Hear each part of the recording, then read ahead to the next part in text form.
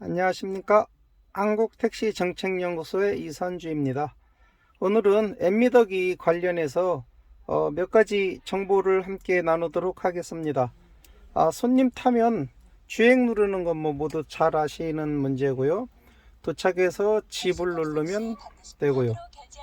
그렇게 해서 현금 결제, 카드 결제하면 자동으로 넘어가죠. 현금 결제일 때는 현금 결제 누르면 자동으로 넘어가고요. 이게 기본 베이스입니다. 여기서 이제 조금씩 변동사항이 무엇이 있는가 하면, 경기도 나가는 손님은 그냥 시외를 누르면 자동으로 경계선부터 할증이 적용되니까요. 최종 목적지가 경기도인 손님들은 시외 누르면 됩니다. 광명시하고 인천공항, 유래 신도시는 이 버튼을 누르면 안 되겠죠.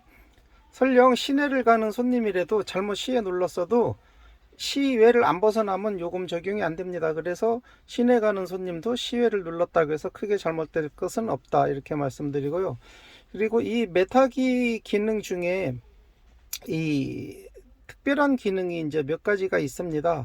이 앱미더기로서 여기서 이 요금 지불 누르고, 그리고 현금 결제하면 현금 결제한 거로 처리되죠. 여기서 이제 좀 특이점이 있는데요. 이 맨 윗줄을 좀 봐주십시오. 맨 윗줄이 145km가 영업거리잖아요. 오늘 돌아다닌. 한번 누르면 영업 횟수 21번. 그래서 요금이 20만 2,200원 찍었잖아요.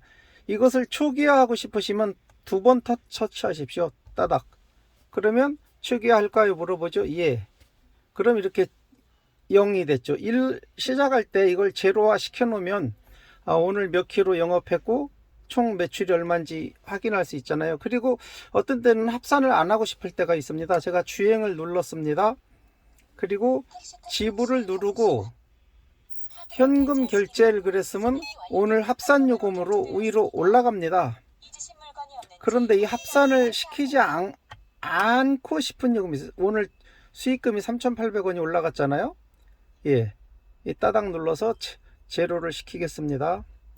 자, 제가 주행을 눌렀습니다.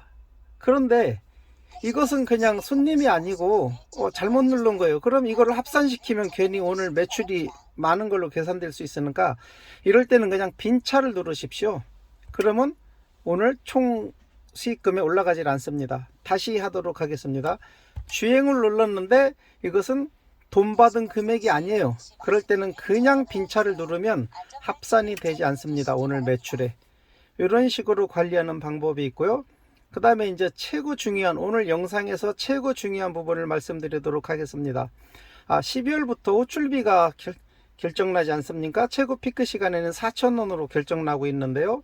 5,000원까지 해준다 이런 말이 있었는데 거의 4,000원으로 정리가 되는 것 같습니다. 그럼 그 4,000원을 어떻게 받느냐 하는 얘기입니다. 보통은 우리가 예약을 받으면 이 버튼에 이 메다기에 그 빈차 표시 등이 있지 않습니까? 빈차 표시 등에 있는 버튼을 눌러서 예약. 제가 이제 파란불로 바뀐 건 예약인 거 아시겠죠? 이렇게 누르고 갑니다.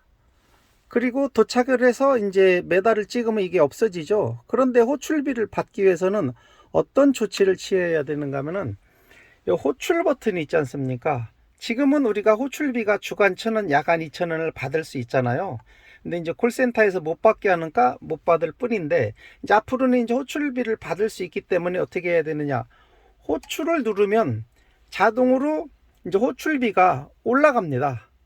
이 호출 눌렀기 때문에. 그리고 나서 주행을 누르는 거죠. 그러면 이렇게 나옵니다. 주행 호출료가 부과됩니다. 그럼 지금 4,000원 부과되는 시간이면 앱메타기에서 자동으로 4,000원이 나중에 합산이 됩니다. 지금은 얼마죠? 주간 1,000원, 야간 2,000원. 그렇게 해서 주행을 눌렀고 여기 호출 금액 1,000원 표시가 나오죠. 요게 이제 4,000원이 되는 겁니다. 그래서 지금 3,800원이 지불을 눌렀을 때 이렇게 4,800원이 되는 거죠.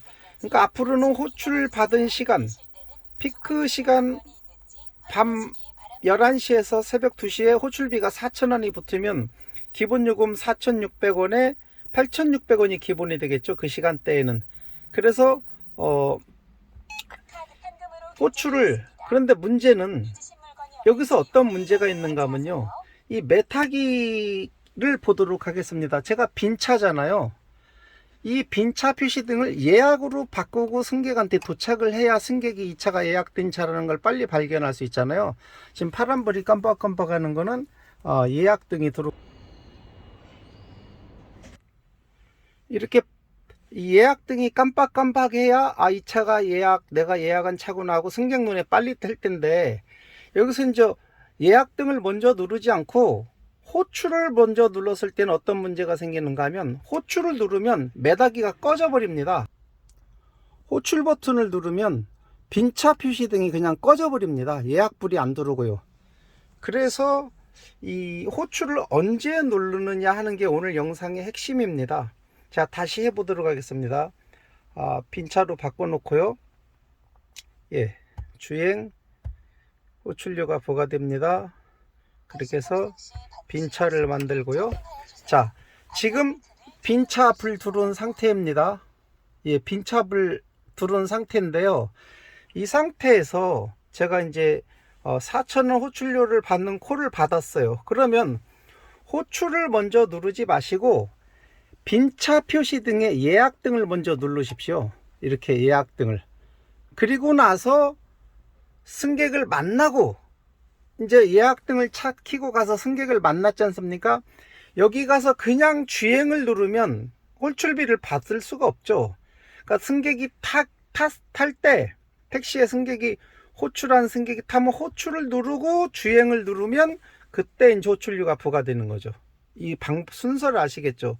그냥 처음서부터 호출을 누르고 갈 수도 있어요. 호출을 누르고 그냥 승객 앞에 도착하면 빈차 표시 등이, 예약 표시 등이 안 들어오고 아무 표시가 안 되기 때문에 불편합니다. 그래서 호출을 받았을 때는 이 호출 버튼을 먼저 누르지 마시고 이 버튼에 빈차 표시 등의 예약 버튼을 먼저 누르고 승객 앞에 도착 후에 호출 누르고 주행을 눌렀을 때 이 호출료를 받을 수 있다. 이렇게 말씀을 드리는 겁니다.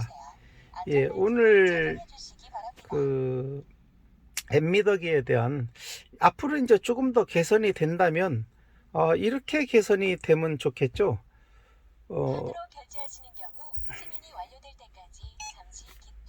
어떤 문제인가 하면요, 이 예약을 우리가 이제 이 빈차 표시 등을 안 만지고, 여기서 예약을 안 만지고 우리가 예약 받았을 때 예약을 딱 누르면 이 빈차 표시 등이 예약불이 들어오면 제일 좋겠죠. 그리고 승객 탈 때 호출 누르고 주행을 누르고 이런 상태로 진행을 하면 좋겠다는 말씀을 드리고, 그리고 일을 하다 보면 우리들이 깜빡 착각할 때가 있습니다. 예약 손님으로 자꾸 호출 손님을 자꾸 태우다 보니까 길에서 만난 승객인데 호출을 잘못 누를 수가 있어요. 호출을 누르고 주행을 누르면 호출비가 합산이 되지 않습니까? 그렇기 때문에 호출 누른 걸 취소하고 싶을 때는 다시 버튼 누르면 이렇게 되돌아옵니다. 예. 그러니까 이 호출 버튼을 안 눌러야 될 상황에서 잘못 눌렀다, 그럼 다시 눌러서 되돌릴 수 있다. 이렇게 말씀드리고, 지금 현재 예약불은 언제 쓰고 있는, 이 예약 버튼은 언제 쓰고 있는가 하면요, 제가 영업 의사 없이 일을 하다가 밥 먹으러 갈 때, 가스 넣으러 갈 때 이 빈차 표시 들어오면 안 되지 않습니까?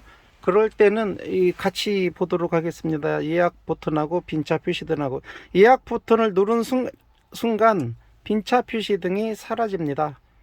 그렇다가 이제 다시 영업을 해야 되겠다 그러면 예약 등을 다시 누르면 빈차 표시 등이 들어오고요. 그래서 지금 예약 버튼은 빈차 표시 등의 이 빈차 표시를 끌 때 씁니다. 제가 차 수리 정비하러 갈 때, 세차하러 갈 때, 밥 먹으러 갈 때 빈차 표시 등을 끄고 싶다, 이럴 때 뭐 그냥 주행 눌러도 빈차 표시 등이 꺼지겠지만 그냥 예약 버튼을 누르면 이렇게 빈차 표시 등이 꺼집니다. 이런 정도 용도로 활용하고 있습니다. 네, 이상 한국택시정책연구소의 이선주였습니다. 항상 안전운전하십시오.